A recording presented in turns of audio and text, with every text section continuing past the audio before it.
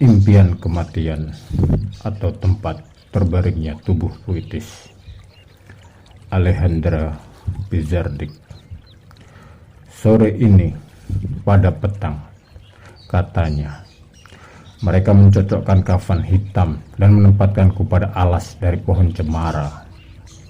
Mereka menuangkan segelas anggur biru di atasku dan mengaduknya dengan kebencian. The Light of the Host of Vigor. Sepanjang malam aku mendengar panggilan kematian. Sepanjang malam aku mendengar nyanyian dari kematian di sepanjang aliran sungai. Sepanjang malam aku mendengar kematian memanggilku. Begitu banyak mimpi yang bersatu, begitu banyak harta benda, begitu banyak perendaman ke dalam harta benda, bagai gadis kecil yang telah wafat di taman yang terdiri dari reruntuhan dan bunga lilac. Kematian memanggilku ke hilir sungai. Dengan hati yang tercabik-cabik, aku mendengarkan nyanyian dari kebahagiaan yang paling murni. Dan itu benar bahwa aku bangun di tempat dari cinta.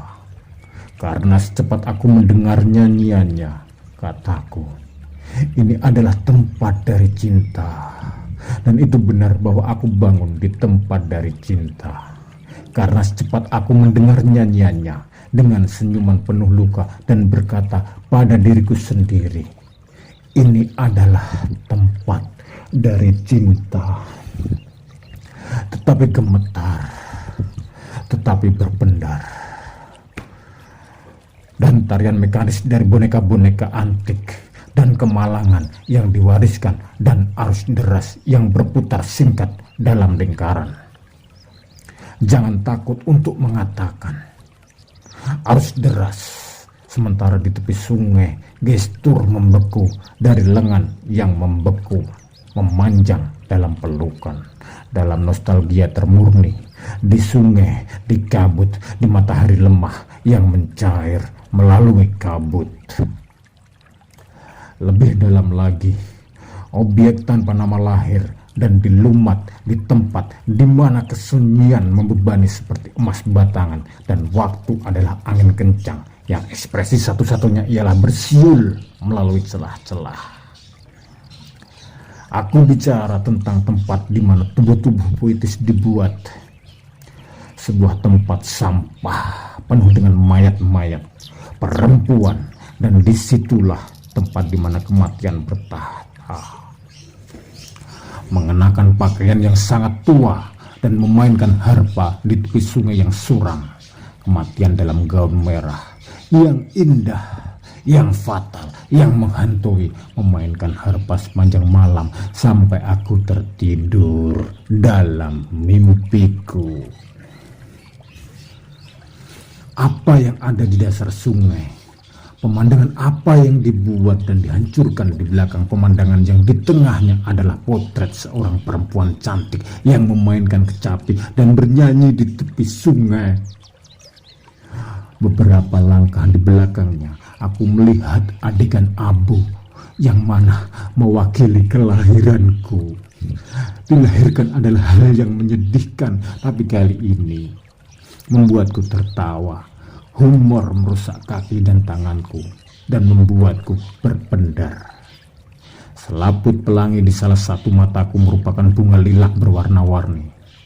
Seorang gadis berkilauan terbentuk dari kertas perak, setengah tenggelam dalam segelas anggur biru. Tanpa cahaya atau panduan, ia maju di sepanjang jalan metamorfosis. Dunia makhluk bawah tanah dengan bentuknya yang belum selesai. Tempat untuk menunggu persalinan, rumah kaca bagi lengan dan batang tubuh dan wajah, dan untuk tangan-tangan boneka yang tergantung bagai dedaunan mati dari pohon-pohon yang dingin dan tajam. Semuanya mengepak dan bergema di dalam angin. Batang tubuh tanpa kepala yang dibalut warna-warna cerah kemerahan menari-nari di sekeliling sebuah peti mati yang berisi kepala orang gila yang melolong seperti serigala. Tiba-tiba kepalaku ingin keluar melalui rahimku, seolah-olah tubuh puitis sedang berjuang untuk meledak. menjadi kenyataan dan dilahirkan di dalamnya. Dan ada seseorang di dalam tenggorokanku, seseorang yang menunjukkan kesunyian, dan aku belum selesai, tetapi masih dalam proses dilahirkan, terbuka, dan aku keluar, dan dia juga keluar. Begitupun aku. Tubuh puitis diwariskan dan tidak pernah terkena matahari pagi yang suram. Ada tangisan, dan tangisan yang lebih kencang, dan jeritan, dan krisis api. Iya, aku ingin melihat dasar sungai. Aku ingin melihat apakah benda itu terbuka. Jika itu meledak dan mekar di sisiku, dan itu akan atau tidak akan tiba. Tapi aku bisa merasakan perjuangannya. Aku bisa berpikir bahwa mungkin itu hanya kematian. Kematian adalah sebuah kata. Kata adalah sesuatu. Kematian adalah sesuatu. Tubuh puitis yang menarik napas di tempat kelahiranku. Dengan cara ini, kau tidak akan pernah bisa menyiasatinya. Bicara, tapi dari atas panggung abu. Dia berbicara, tetapi dari dasar sungai, di mana kematian bernyanyi. Dan kematian adalah dia, kata mimpiku. Ratu dari lagu itu berkata, kematian dengan rambut berwarna burung gagak, berpakaian merah, tangannya yang mengacungkan kecapi dan tulang-tulang burung untuk memukul kuburanku.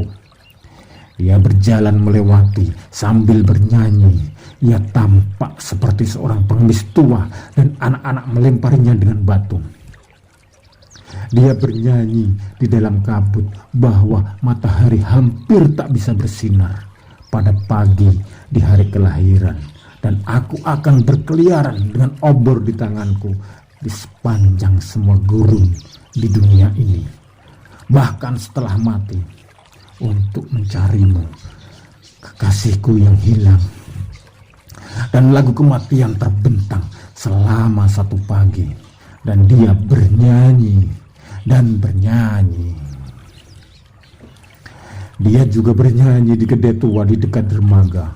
Aku melihat badut remaja dan berkata padanya bahwa di dalam puisiku, kematian adalah kekasihku dan kekasihku adalah kematian. Dan dia berkata, puisimu mengatakan yang sebenarnya. Aku berumur 16 dan tak punya pilihan selain mencari cinta sejati. Dan itu ada di kedai dekat dermaga, tempat dia menyanyikan lagunya. Aku menulis dengan mata tertutup. Aku menulis dengan mata terbuka. Biarkan tembok itu runtuh. Biarkan tembok itu berubah menjadi sungai. Kematian biru, kematian hijau, kematian merah, kematian ungu di dalam gaun dari pelayar duka yang disewa dalam balutan perak, biru, dan fosfor pada malam abad pertengahan dari setiap kematianku. Kematian bernyanyi di tepi sungai dan di kedai itu di dekat dermaga saat dia menyanyikan lagunya tentang kematian. Aku akan mati, katanya padaku. Aku akan mati saat fajar tiba. Oh kawanku, saat fajar tiba, kami telah saling mengenal dan kami telah menghilang. Oh kawanku, kawan tercintaku, aku hadir saat kelahiranku dan aku saat kematianku. Dan aku akan berkeliaran di sepanjang semua gurun di dunia ini, bahkan sampai mati aku akan mencarimu. Kau yang mana tempat dari cinta.